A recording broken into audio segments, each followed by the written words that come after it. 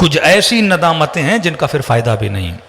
ان ندامتوں میں ایک ندامت جو ہمارے بعض بدبخت لوگ کر رہے ہیں، ایک ندامت ہے لوگوں کو گمراہ کرنا، ممبر کے ذریعے، مائک کے ذریعے، ڈراموں کے ذریعے.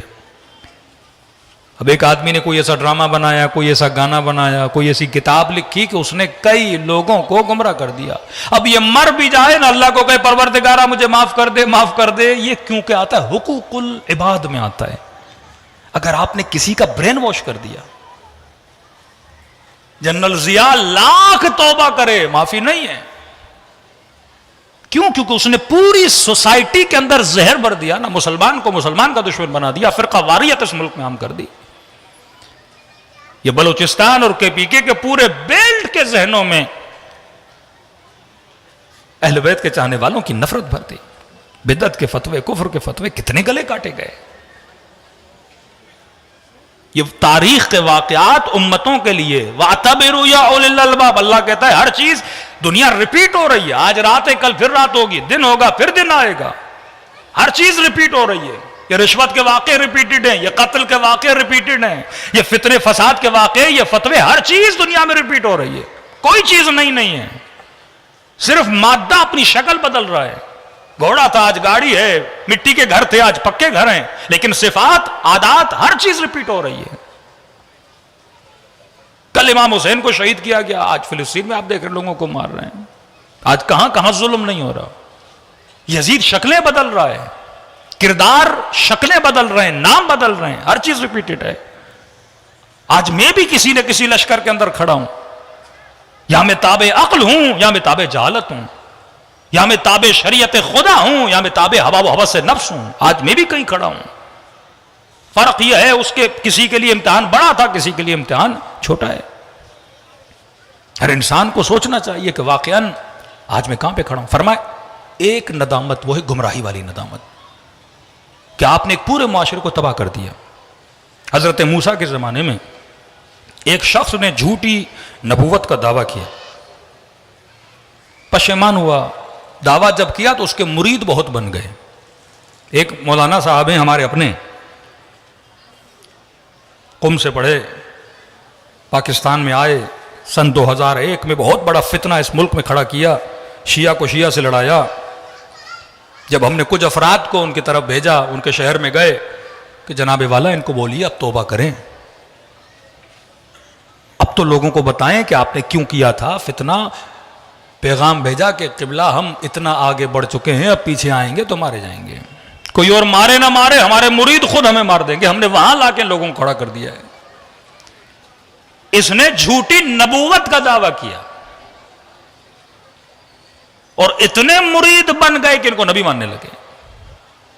جب پشیمان ہوئے کہ بدبخت تم نے کون سا کام کیا ہے، آخرت اپنی تباہ و برباد کر دی، اور اللہ کے دربار میں توبہ کی کہ خدایا میں نے غلطی کی، مانتا ہوں. مریدوں کو بلایا اور مریدوں کو کہا کہ مجھ سے بہت بڑی غلطی ہو گئی، میں نبی نہیں ہوں، میں جھوٹا ہوں، میں نے جھوٹا دعویٰ کیا. اب مرید اپنے مرشد سے زیادہ پکے، کہنے لگے آپ کی انکساری ہے کہ آپ مان نہیں رہے، ہمیں تو آپ نبی لگتے ہیں. کہ بھائی میں نے جھوٹ بولا. کہ نہیں یہ آپ کی تقویٰ ہے کہ آپ مانتے نہیں ہو کہ آپ نبی ہو، آپ ہو نبی. فوراً خدا نے حضرت موسیٰ پہ وحی نازل کی کہ موسیٰ اسے کہہ دے تب تک معاف نہیں کروں گا جب تک ان کو سیدھی لائن پہ نہیں لاتا. اسی معافی کا فائدہ کیا کہ آپ نے پورے معاشرے کو تباہ و برباد کر دیا. جو باعث بنتے ہیں اس معاشرے میں سودی نظام بڑھے، جو ایسے ادارے، ایسے انسٹیٹیوٹ کھولتے ہیں جس سے فحاشی بڑھے، جس سے اوریانی بڑھے. کہ مولانا ہم ہیں تو شیعہ لیکن کیا کریں، ایڈورٹائزمنٹ کمپنی میں ہیں اور یہ کرتے ہیں اور وہ کرتے ہیں. میں نے کہا اگر آپ کی ایک ایڈورٹائزمنٹ سے، ایک ڈرامے سے 4 لوگ گمراہ ہوتے ہیں، قیامت تک گردن پکڑی رہے گی. اب لاکھ اس ملک کے گلوکار مر جائیں اور اللہ کو کہے خدایا اب ہم توبہ کرتے ہیں. بہت مشکل ہے ایک بندے کے لیے جس نے پورے دنیا کو اور ملک کو تباہ و برباد کیا گمراہی میں، اب آخری زندگی میں کہ توبہ کرتا ہوں. اپنی کیسٹس کتنی چلائے گا، کہاں کہاں تک اپنی غلاظت کو مٹائے گا. کہ جب تک کمپلیٹلی لوگوں کو اس گناہ سے پلٹا نہیں دیتے، اپنے پیغام کو اتنا ساؤنڈ نہیں پہنچاتے کہ میں نے گناہ کیا ہے. وقت کیونکہ بہت ہو چکا، باقی چیزیں کل. توبہ کرو تو فرمایا شرمندگی بھی چہرے پہ نظر آئے، اظہار چہرے پر ہو، غم چہرے پر ہو. اور بیٹا، غلام، بھائی، تینوں کو لے کر امام حسین کی طرف چلا. تاریخ کہتی ہے پہلے گھوڑے پہ چڑھ کے روانہ ہوا خیام حسینی کی طرف. کہا کہ پیدل کیوں نہیں گیا؟ کہ پیدل اس لیے نہیں گیا کیونکہ لشکر یزید سمجھ جاتا یہ حسین کے پاس جا رہا ہے، اس کو وہیں مار دیتے. آدھا راستہ گھوڑے پر گیا اور جب قریب ہوا امام حسین کے خیموں کے پھر گھوڑے سے اترا. اظہار شرمندگی، آنکھوں پہ پٹی باندھی، ہاتھوں میں رسی باندھی، قرآن اپنی ہتھیلی پہ رکھا. بیٹے اور غلام اور بھائی کو کہا کہ جب حسین قریب آئیں تو مجھے بتا دینا. اظہار غم، اظہار پشیمانی. کہتے ایک مرتبہ غلام نے کہا اللہ اکبر. کہ کیا ہوا، حسین آ گئے؟ کہ نہیں آقا، علی اکبر استقبال کے لیے آئے ہیں. ارے تو پشیمان تو ہو، پھر دیکھ اہل بیت کیا کرتے ہیں. جس طرح ماں اپنے بچے کو گود میں لیتی ہے اس طرح پشیمانوں کو اہل بیت اپنی گود میں لیتے ہیں. پھر بھائی نے کہا اللہ اکبر، اللہ اکبر. کہ کیا ہوا، حسین آ گئے؟ کہ نہیں، عباس علمدار استقبال کے لیے آئے. ایک مرتبہ تینوں نے کہا اللہ اکبر. کہ اب کیا ہوا؟ کہ خود حسین خیمے سے نکل کے استقبال کے لیے آ رہے. کہ جیسے حسین کے قریب پہنچو تو مجھے بتانا. کہتے یہاں بالکل امام کے روبرو پہنچا. اپنے ہاتھوں سے امام حسین نے اس کے ہاتھوں میں بندھی ہوئی رسیوں کو کھولا اور کہور ہاتھوں پہ رسی کیوں باندھی ہے؟ کہتے مولا کاش یہ ہاتھ کٹ جاتے، لجام فرس میں نہ پڑتے.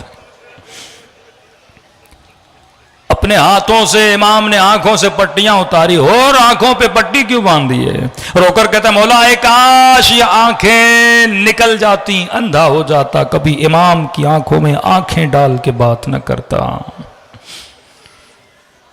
پشیمان تھا. امام حسین نے فوراً سینے سے لگایا، جنت کی بشارت دی، بٹھایا.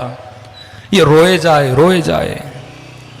امام حسین تسلیاں دیتے رہے اور اب آ گئے اور رونے کی ضرورت نہیں، تجھ میں اور حبیب میں میرے لیے کوئی فرق نہیں ہے. اور لیکن تاریخ لکھتی ہے اس کا رونا بند ہی نہیں ہو رہا. امام حسین نے کہا اور اتنا رو کیوں رہا ہے؟ کہ مولا اگر اجازت ہو ایک درخواست کرنا چاہتا ہوں تاکہ مجھے تسلی مل جائے، سکون سے اس دنیا سے جاؤں اور نبی کا سامنا کرنا پڑے. کہ کیا چاہتے ہو؟ کہ مولا اگر اجازت دیں تو میں علی کی بیٹیوں سے معافی مانگوں، میں زہرا کی بیٹیوں سے معافی مانگوں. امام نے فرمایا حر یہ اہل بیت کا گھرانہ ہے. جب حسین نے کہہ دیا کہ معاف کیا تو میری بچوں نے، میری بچیوں نے، میری بہنوں نے بھی معاف کیا. کہ مولا جانتا ہوں اخلاق محمد اور آل محمد کو، لیکن کیا کروں، جب تک معافی نہیں مانگوں گا تسلی نہیں ملے گی. کہ اور اتنا اصرار کیوں کر رہے ہو؟ کہ مولا جب آپ کا راستہ روکا تھا مجھے کچھ اماریوں سے، کچھ بیویوں کے رونے کی آوازیں آ رہی تھیں. ہور بنا ادب کی وجہ سے. یہ ادب انسان کو ہور بنا دیتا ہے. بے ادب مسلمان سیکھ ادب ہور سے. کہ عباس جا خیموں میں اعلان کر ہور آنا چاہتا ہے. خیام حسینی کے بیچ میں خاک کربلا پہ بیٹھا، سر سے امامہ اتارا، خاک سر پہ ڈالی اور کہنے لگا اے سیدہ کی بیٹیوں، کائنات کا سب سے بڑا گنہگار معافی مانگنے آیا ہے. اخلاق حسین آپ نے دیکھ لیا، اب دیکھو اخلاق سیدہ زینب کیا ہے. اور نہ محمد سے کہا یہ کون ہے جو آوازیں دے رہا ہے؟ کہ اماں یہ وہی ہے جس نے ماموں کا راستہ روکا تھا، معافی مانگنے آیا ہے. کہ بیٹو بڑے ادب سے آگے بڑھنا اور جا کے اس کو زہرا کی بیٹی کا سلام دینا. جب یہ رو رہا تھا نا، دونوں بچوں نے ایک جملہ کہا جس سے ہور تڑپ گیا. پہلا جملہ حسین نے کہا بھائی ہور، کہا مامو ہور. زہرا کی بیٹی سلام دیتی ہیں. اگلے جملے نے ہور کو تڑپا دیا کہ اماں کہتی ہیں ہور زہرا کی بیٹی کہہ رہی ہیں میں آج تجھ سے شرمندہ ہوں. یہ سننا تھا، تڑپ گیا، ارے مجھ سے کیوں شرمندہ ہیں کا، اور آج تک علی کے در پہ کوئی ایسا مہمان نہیں آیا جو پیاسا واپس جائے۔